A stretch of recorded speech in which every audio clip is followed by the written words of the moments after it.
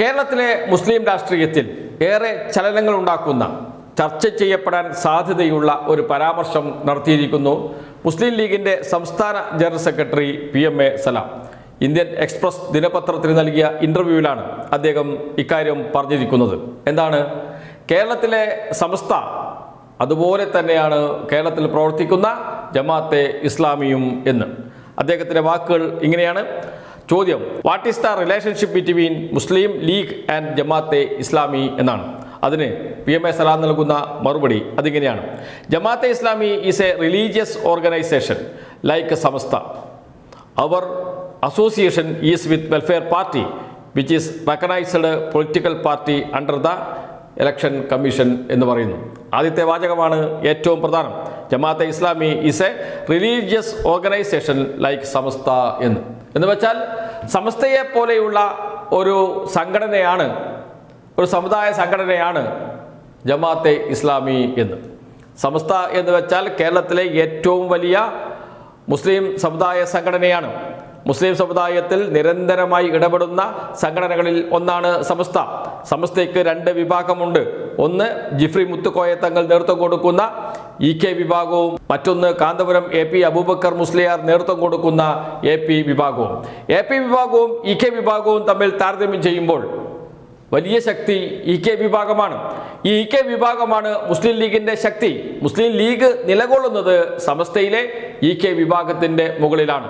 എന്ന് വെച്ചാൽ മുസ്ലിം ലീഗിന് ആളും അർത്ഥവും നൽകുന്നത്, മുസ്ലിം ലീഗിന് ജീവൻ നൽകുന്നത് EK വിഭാഗമാണ്. എന്നാൽ സമസ്തയുടെ EK വിഭാഗം നിരന്തരമായി ജമാഅത്തെ ഇസ്ലാമിക്കെതിരെ പോരാടിക്കൊണ്ടിരിക്കുകയാണ്, ആശയപരമായി പോരാടിക്കൊണ്ടിരിക്കുകയാണ്. സംസ്ഥയുടെ ഏറ്റവും ഒടുവിൽ നടന്ന സമ്മേളനത്തിലും ജമാഅത്തെ ഇസ്ലാമിക്കെതിരെ പ്രമേയം പാസാക്കിയിരുന്നു. ആ പ്രമേയത്തിൽ പറയുന്ന വാചകങ്ങൾ തന്നെ എത്ര രൂക്ഷമായാണ് ജമാഅത്തെ ഇസ്ലാമിയെ വിമർശിക്കുന്നത് സമസ്ത എന്ന് വെളിപ്പെടുത്തും. അതിലെ വാചകങ്ങൾ ഇങ്ങനെയാണ്: ഇസ്ലാമിൻ്റെ സമാധാനപരമായ പ്രബോധന ശൈലിയെയും മഹത്തുക്കളായ മുൻഗാമികൾ കാണിച്ചു തന്ന പാതയെയും അട്ടിമറിക്കാൻ ശ്രമിക്കുന്ന പാൻ ഇസ്ലാമിക് തീവ്ര ചിന്താഗതികൾക്കെതിരെ ജാഗ്രത പാലിക്കണമെന്ന് ഈ സമ്മേളനം ആഹ്വാനം ചെയ്യുന്നു. മതരാഷ്ട്രവാദം ഒളിച്ചു കടത്തുന്ന വൈകാരിക പ്രകടനങ്ങളിലൂടെയും രാഷ്ട്രീയ ഇസ്ലാം എന്ന അപകടകരമായ ആശയത്തിലൂടെയും മുസ്ലിം യുവാക്കളെ മുഖ്യധാരയിൽ നിന്ന് വഴിതെറ്റാൻ ശ്രമിക്കുന്ന മൗദൂദിസ്റ്റ് വിചാരധാരകൾ ഗൗരവതരമായ വെല്ലുവിളിയാണ്. നിഷ്പക്ഷ മാധ്യമങ്ങൾ എന്ന വ്യാജേന പ്രവർത്തിക്കുന്ന മാധ്യമങ്ങൾ വഴി നടത്തുന്ന ബൗദ്ധികമായ കടന്നുകയറ്റങ്ങളെയും സമുദായത്തെ ഭിന്നിപ്പിക്കാനുള്ള അജണ്ടകളെയും തിരിച്ചറിയേണ്ടതുണ്ട്.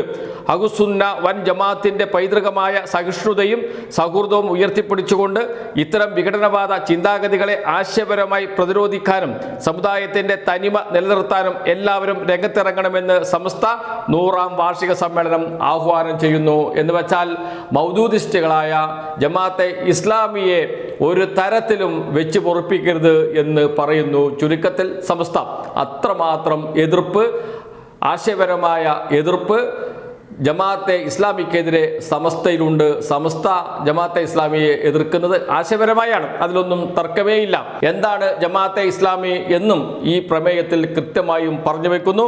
രാഷ്ട്രീയ ഇസ്ലാം എന്ന അപകടകരമായ ആശയത്തിലൂടെയും മുസ്ലിം യുവാക്കളെ മുഖ്യധാരയിൽ നിന്ന് വഴിതെറ്റാൻ ശ്രമിക്കുന്ന മൗദൂദിസ്റ്റ് വിചാരധാരകൾ ഗൗരവതരമായ വെല്ലുവിളിയാണ്. നിഷ്പക്ഷ മാധ്യമങ്ങൾ എന്ന പേരിൽ മാധ്യമം ദിനപത്രവും അതോടൊപ്പം തന്നെ മീഡിയ വണ്ണിനെയും ഉപയോഗപ്പെടുത്തിക്കൊണ്ട് നടത്തുന്ന പ്രചാരണങ്ങളെ ചെറുത്തു തോൽപ്പിക്കേണ്ടതുണ്ട് എന്നുകൂടി പറഞ്ഞു വെക്കുന്നു. അതോടൊപ്പം ജമാഅത്തെ ഇസ്ലാമി പ്രചരിപ്പിക്കുന്ന പാൻ ഇസ്ലാമിസ്റ്റ് തീവ്ര ചിന്താഗതികൾക്കെതിരെ ജാഗ്രത പാലിക്കണമെന്നും സമസ്തയുടെ 100ാം വാർഷിക സമ്മേളനം ആഹ്വാനം ചെയ്തിട്ടുണ്ട്. അത്രമാത്രം എതിർപ്പ് ജമാഅത്തെ ഇസ്ലാമിയുമായി ഉണ്ട് സമസ്തയ്ക്ക് എന്ന കാര്യത്തിൽ തർക്കമില്ല.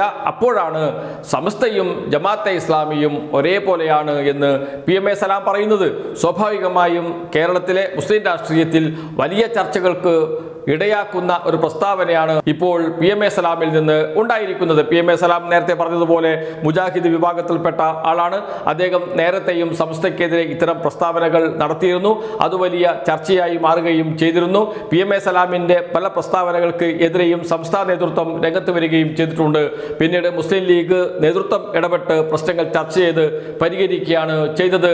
ഇപ്പോഴും ഈ തെരഞ്ഞെടുപ്പിന് മുന്നിൽ നിൽക്കുമ്പോഴും ഇത്തരം പ്രസ്താവന PMA സലാം നടത്തിയത് എന്തിന് എന്ന ചോദ്യം ഇപ്പോൾ ഉയരുന്നുണ്ട്.